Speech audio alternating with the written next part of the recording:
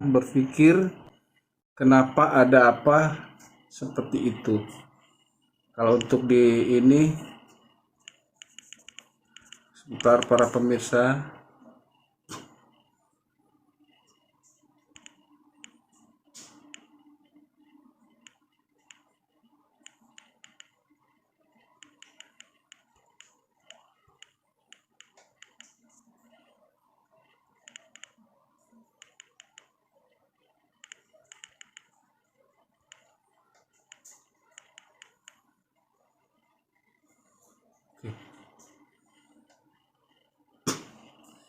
Mudah-mudahan untuk yang di TikTok ini terdengar. Kita kasih turun dulu karena terlalu tinggi ternyata di TikTok. Mungkin bagi para pemirsa yang sudah pernah tahu, ada yang sempat Abah spill tentang apa yang Abah pakai ini yang di YouTube. Oke, sambil saya masih persiapan, saya bacakan dulu yang di YouTube. Fadil Muhammad Hunawa. Assalamualaikum. Ya, waalaikumsalam Fadil Muhammad. Oke, sekarang kita, ternyata sudah hadir juga untuk yang di TikTok. Terima kasih. Bila mau naik ke atas silahkan untuk di tamu ya. Sambil saya share dulu. Ini adalah suatu pertanyaan, mudah-mudahan nyampe ke mereka.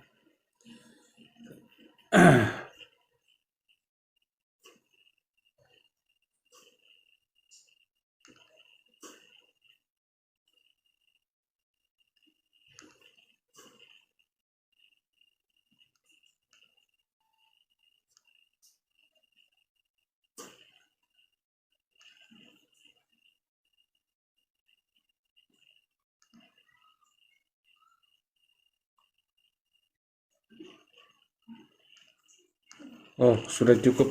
Ya, kita ulang kembali.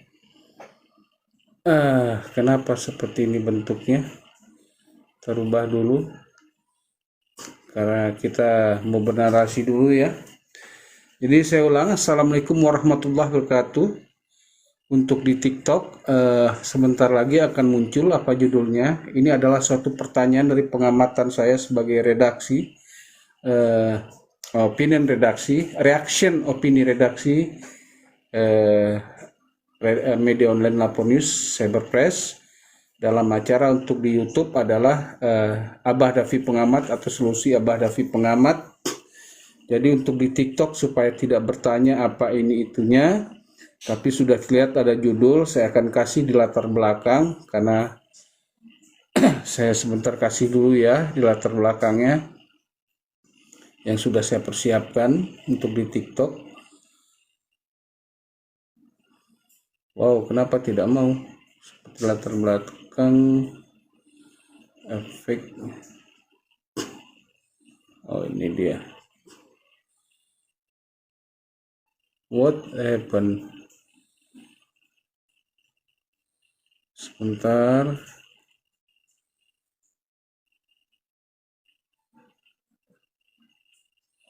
Kenapa ya tidak mau masuk latar belakangnya? Oh, ini. Oke, latar belakangnya untuk di TikTok sudah terlihat. Jadi saya balikan dulu daripada kameranya untuk agar tahu yang di TikTok dan untuk yang YouTube. Sebentar, mohon maaf bila belum ini ya.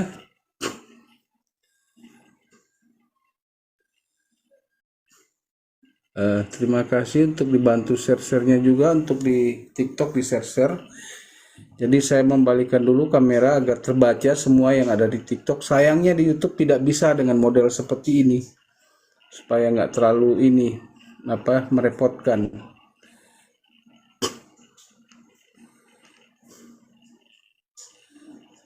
Kenapa nggak bisa satu kali putar kamera? Oke, ini sudah terbaca ya. Jadi saya geser dulu, ini agak ke bawah sedikit ya. Dengan begitu banyaknya mengamati beberapa persoalan, tapi memang di beberapa persoalan itu terlalu jauh, tapi alhamdulillah sudah ditangani 2-3 kasus itu melalui anggota melalui DPR, forum DPR RI.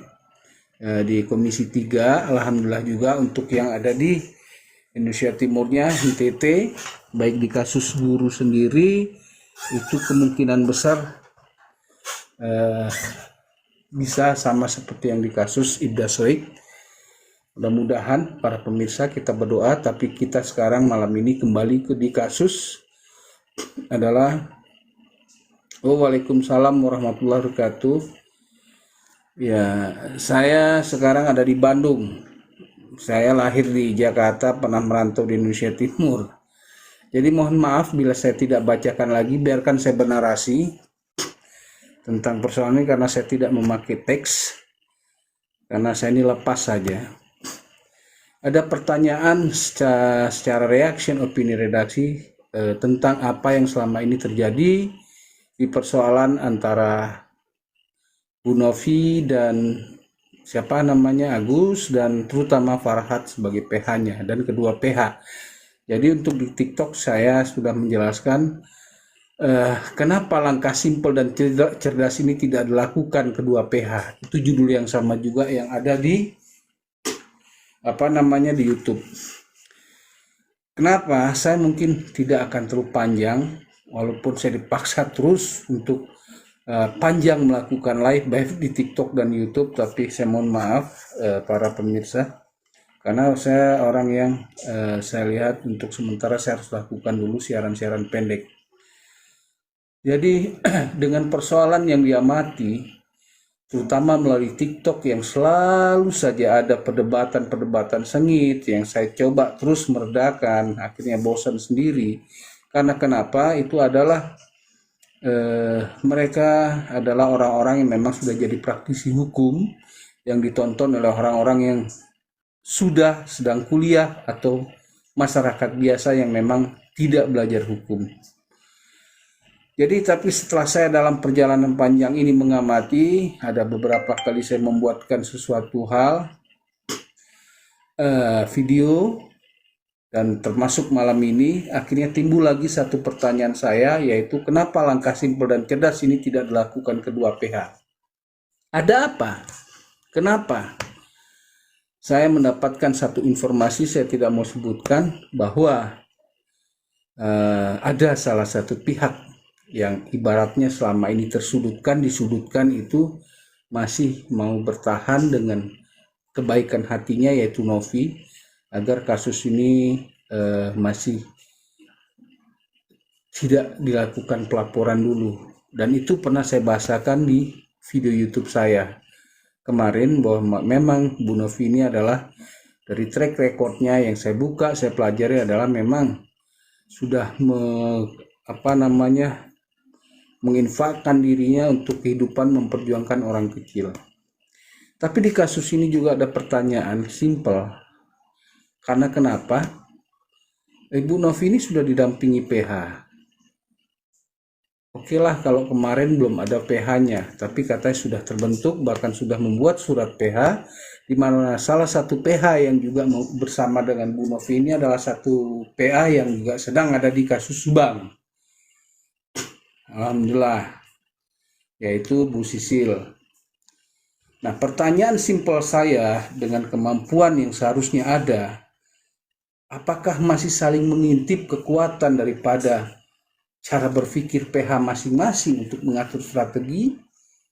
Pertanyaan saya itu yang masih terkumpul ini yang sedang saya amati. Lalu kedua, apakah masih menunggu nih apa lagi yang akan dikeluarkan kedua PH, atau misalnya ada yang menunggu nih, misalnya PH daripada Bu Novi sendiri masih menunggu apalagi yang akan dikeluarkan oleh seorang Farhat Abbas bersama CS-nya di YouTube atau di TikTok. Nah, saya dapatin lagi ada sosmed lain. Nah, ini yang jadi pertanyaan saya. Tapi jujur saya jenuh dan saya sempat kontak ke beberapa orang. Bila hal ini terus berlarut-larut, apakah ini bukan termasuk meresahkan? Nah, mereka mengatakan, teman saya ini, kalau memang terlalu panjang akhirnya bisa meresahkan para pemirsa. Jadi, saya akan katakan bahwa video ini akan selalu bersambungan Jadi agar tidak terputus apa yang selalu saya sampaikan dengan judul yang berbeda-beda tapi akan tetap bersambungan, karena ini adalah langkah-langkah hukum yang seharusnya dilakukan secara cerdas, lalu mungkin berdasarkan apa saja sehingga tidak terlalu rumit, karena ini sebetulnya adalah persoalan adalah sangat saya sebut berulang-ulang sangat sepele. Sangat sepele artinya sangat mudah. Karena kenapa? Awalnya adalah satu kesalahpahaman, lalu terjadi perdamaian, lalu muncul lagi saya sambil agak senyum ya para pemirsa, yang boleh dikatakan beberapa daripada netizen sudah mengatakan ini sudah membuat gaduh. Nah, tanggapan saya dengan begitu cukup lama juga sudah mendengar, pertanyaan saya itu adalah kenapa pemerintah tidak melihat dari persoalan Novi ini dengan yayasannya, dengan Farhadnya. Pertanyaan saya yang saya tahu nih, Farhad katanya sudah melapor ya ke Polda Metro Jaya. Pertanyaan saya akhirnya terbalik kepada PH-nya daripada Bu Novi sendiri. Apakah sudah melakukan pelaporan balik? Ini pertanyaan saja. Karena judulnya adalah di saya, kenapa langkah simpel dan cerdas ini tidak dilakukan kedua PH, artinya langkah hukum. Karena kenapa? Kalau kita tidak mau langkah ini terlalu panjang, apalagi kalau memang benar pro bono ya.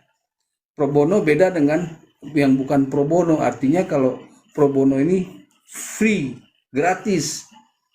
Sehingga timbul pertanyaan saya kalau terlalu panjang, apakah pro bono ini boleh dikatakan bukan pro bono penuh, tapi ada semi pro bononya? Ini yang jadi pertanyaan saya, satu. Karena langkah ini sangat simpel dan itu sangat cerdas dan tidak membuat daripada istilahnya namanya masyarakat umum bingung karena masih banyak persoalan lain gitu. Apakah dengan alasan adalah untuk mengedukasi masyarakat tentang hukum? Entahlah. Tapi dari sisi lain, ada undang-undang yang tertinggi yang harus dilakukan. Intinya, saya mengambil dari diri saya sebagai yang berprofesi sebagai jurnalis, dan sama dengan lawyer, sama-sama kita punya yang namanya lex specialis. Imunitas pun ada. Tapi dalam setiap batasan hidup dan hukum pun ada batasannya. Ini yang perlu dipahami. Dan itu mungkin akan jadi bahasan saya berikutnya setelah di video ini. Langkah apa yang cerdas, simpel dan tidak rumit ribet seperti saat ini yang terjadi? Inilah yang saya akan kemukakan. Bahkan jujur saya bingung sekali kenapa tidak terpikir sama mereka yang sudah bergelar-gelar tinggi ini, sarjana bahkan lawyer tingkat nasional gitu. Kalau memang mau mempercepat suatu perjalanan kasus ini gitu, tidak ribet, tidak bertele-tele, apa langkah itu? Kalau seorang dari yayasan kita berpikir, contoh kayak saya punya perusahaan pers, lalu saya punya juga bukan yayasan tapi lembaga swadaya masyarakat atau LSM. Jadi mirip-mirip aturannya. Ketika memang terjadi sengketa antara pemilik yayasan, ini karena ini yayasannya donatur, ataupun dengan apa yang kita bantu, misalnya orang yang kita bantu, saya mengaca daripada Ibu Novi, tapi kalau dalam bentuk karakter yayasannya, itu sama aja, karena semuanya adalah harus diketahui pemerintah dan pemerintah harus turun tangan ketika terjadi sesuatu hal kendala.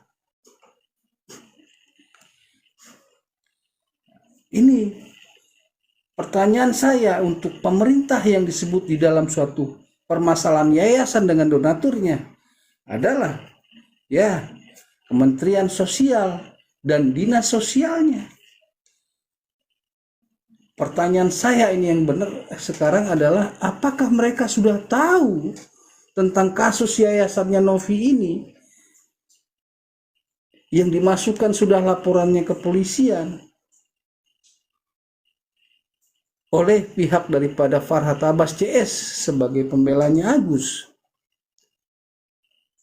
Lalu pertanyaan saya timbul, ada langkah lain gitu. Tapi saya akan membedah dulu langkah ini, menganalisa, mencermati, mereaction dulu langkah ini.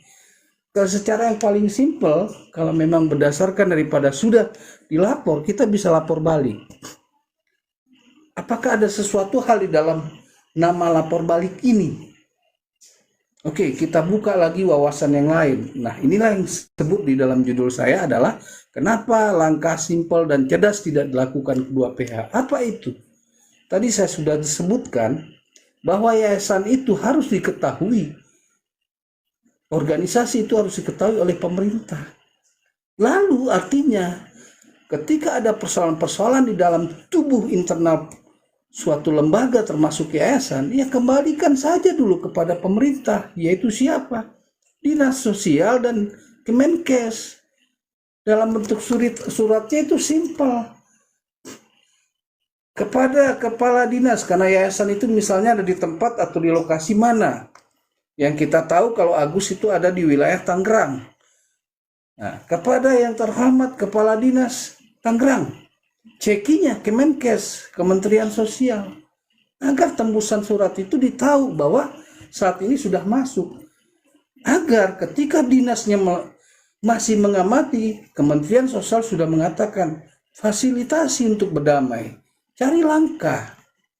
Seperti itu daripada seperti yang terlihat sekarang ini, jujur saja, wow, jangankan orang lain gitu. Mungkin saja saya sendiri ini merasa bingung, kok langkah ini nggak diambil, terlalu bertele-tele, terlalu mau menunjukkan bahwa ada namanya, saya paham, saya mengerti, saya berdebat dengan hal ini. Kalau kita yang dari Muslim ya, perdebatan itu dilarang, tapi berdiskusi. Tapi ternyata di dalam daripada yang terlalu ditampakkan di TikTok ini bukan masuk dalam perdebatan. Bukan masuk dalam diskusi, mohon maaf, bukan masuk dalam diskusi, tapi perdebatan.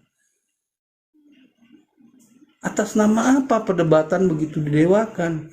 Apakah atas nama bahwa untuk mengedukasi masyarakat? Cara mengedukasi masyarakat bukan seperti itu. Karena bisa saja yang menonton itu adalah salah satunya anak-anak kecil.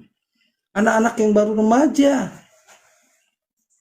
Seharusnya orang-orang yang sudah berpikir dengan gelar-gelarnya ini berpikir ke arah sana, siapa penonton saya ini? Apakah semua cerdas untuk memahami dari makna apa yang saya lontarkan? Tapi ternyata dipertontonkan adalah caci makian.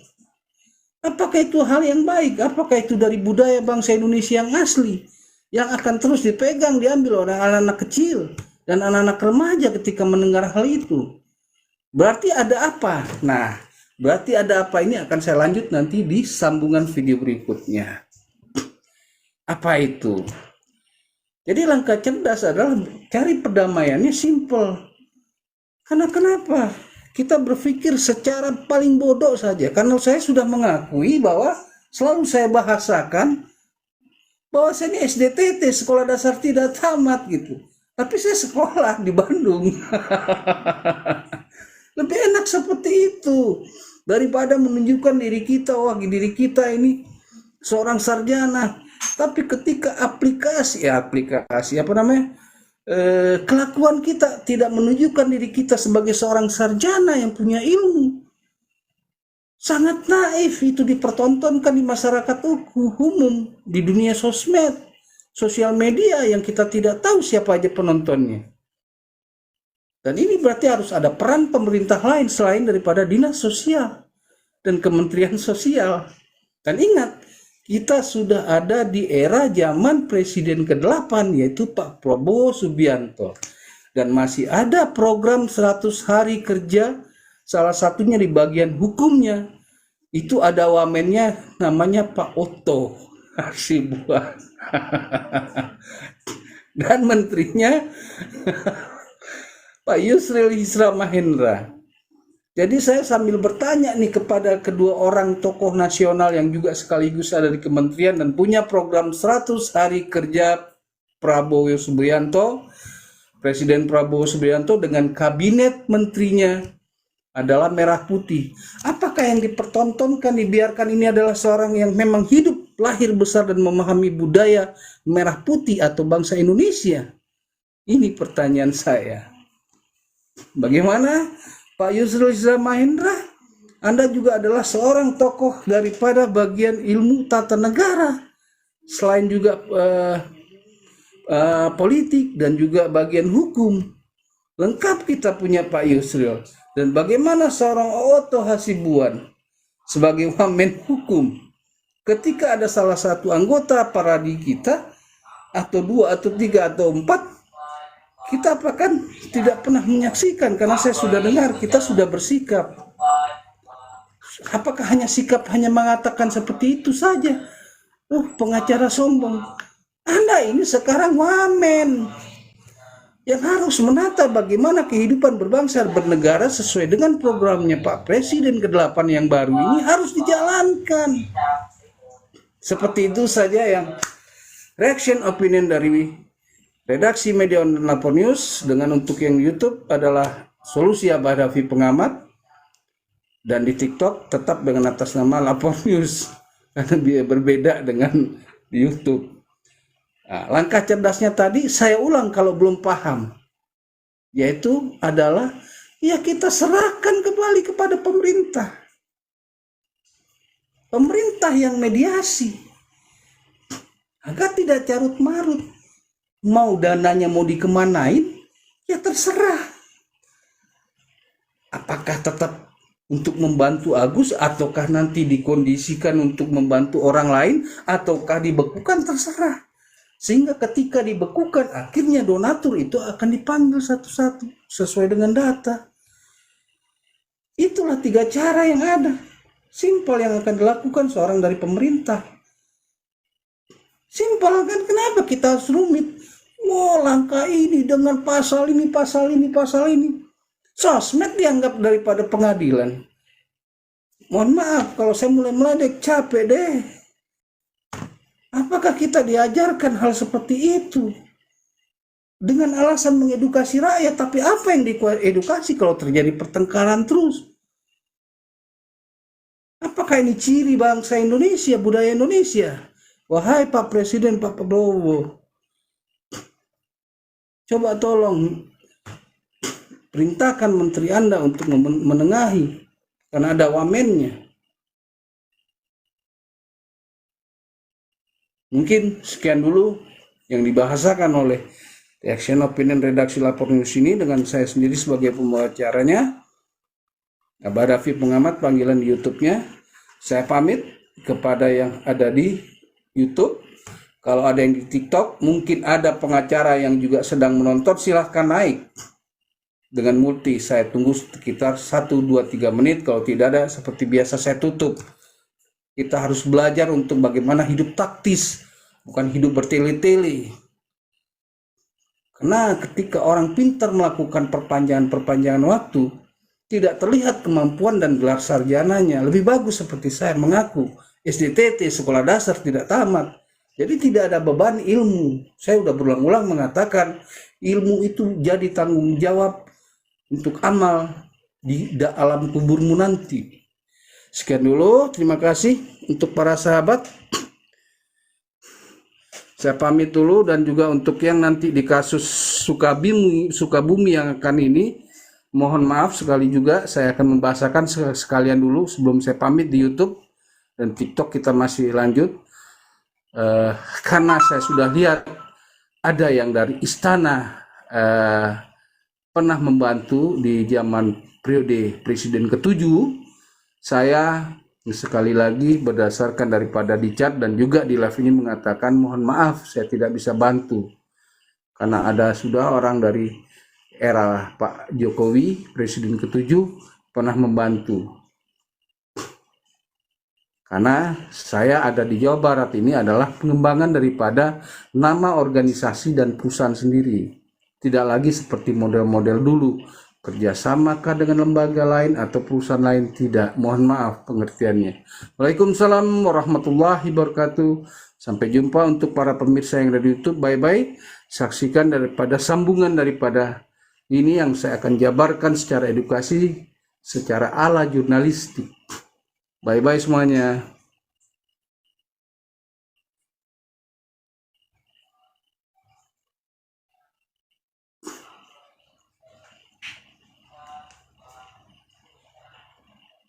Oke.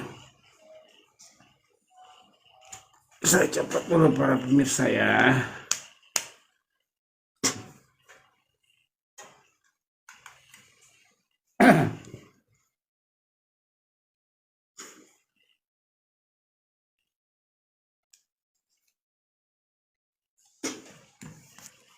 Allahu Akbar, la ilaha illallah. Masih lupa, saya masih di TikTok.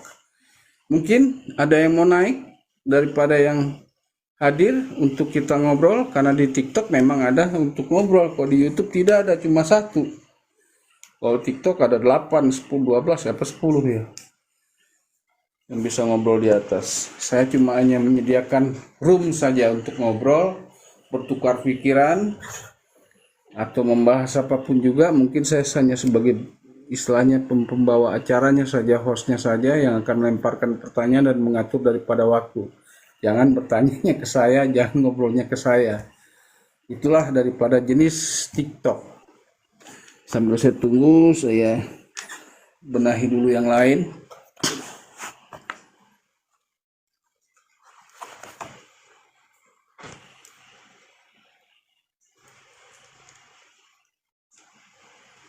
Terima kasih kalau sudah dibantu tap-tap. Tolong dibantu tap-tap.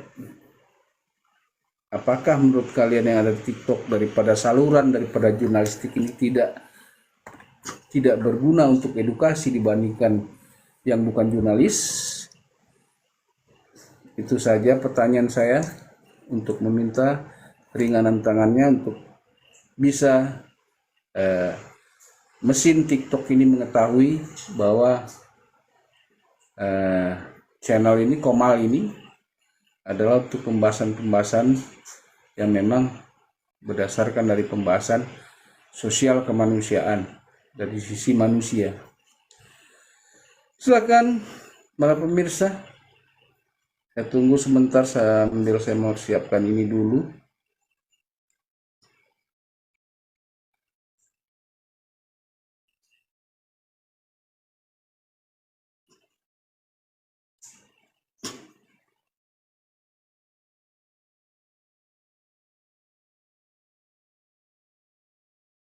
Oke.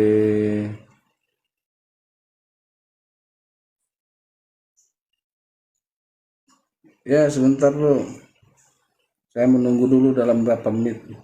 Kalau memang tidak ada yang naik, saya putus ini sambungan untuk bahasannya. Karena iya udah saya sampaikan. Ya, nikmati dulu rokok deh. Tolong dibantu di tap-tap sambil menunggu siapa yang nanti mau naik ke atas. Saya mau habiskan dulu, mau udut-udutan dulu. Setelah udut ini selesai, kalau belum ada yang mau ngobrol ya mungkin akan saya akhiri.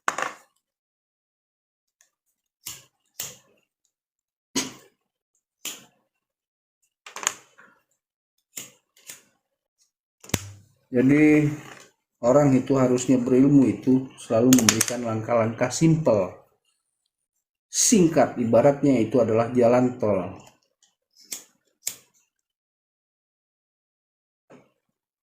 Itulah gunanya ilmu pengetahuan, bukan yang berat-berat, yang rumit-rumit. Ketika kita sudah tahu tentang ilmunya, masih aja dijalanin yang rumit-rumitnya. Karena ilmu pengetahuan itu artinya ilmu, ya ilmu untuk merubah kehidupan yang susah menjadi ringan, yang berat jadi ringan.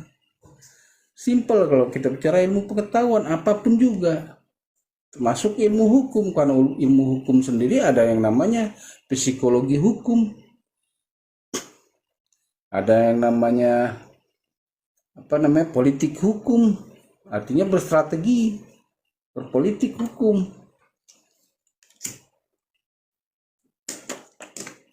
Dan sebetulnya menurut orang-orang pakar-pakar hukum yang memang sudah mungkin menjadi guru-guru dan legenda mulai dari zaman dulu, baik di negara lain yang sering menjadi acuan adalah hukum sebenarnya diciptakan adalah untuk bagaimana terjadi tidak ada penghukuman.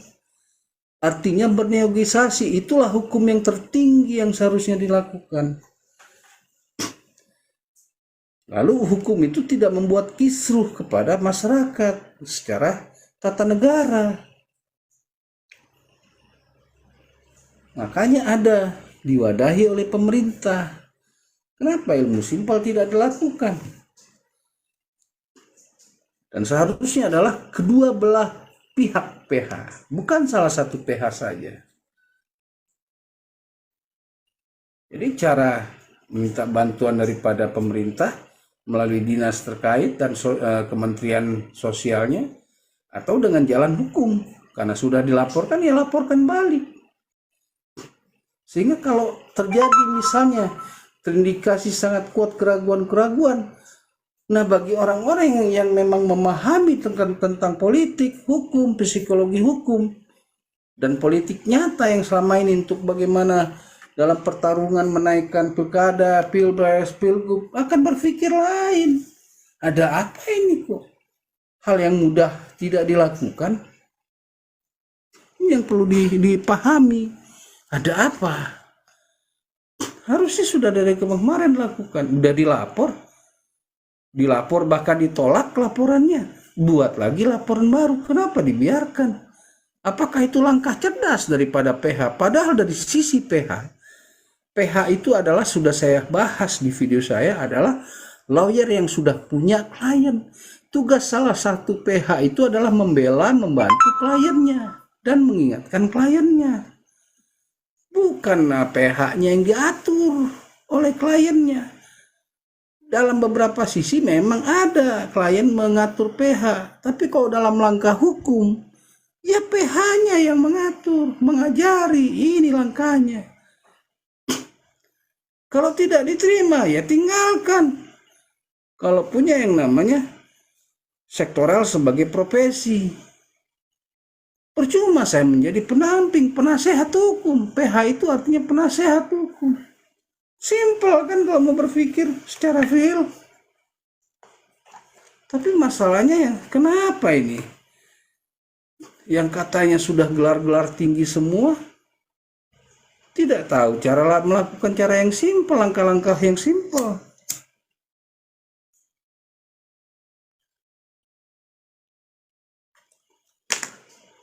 Jadi nanti kita akan lanjut, nanti kalau memang tidak ada yang naik karena cuma mau mendengarkan, saya akan ada sambungan, dan setiap video saya ini bersambungan para pemirsa agar yang betul-betul edukasi itu terjadi. Karena kenapa? Memang tugas salah satu jurnalis berdasarkan undang-undang lex spesialisnya adalah mengedukasi. Lalu masih ada tugas lain jurnalis, selain menulis, selain membuat berita atau membuat acara informasi dan berita, ada tugas yang lain.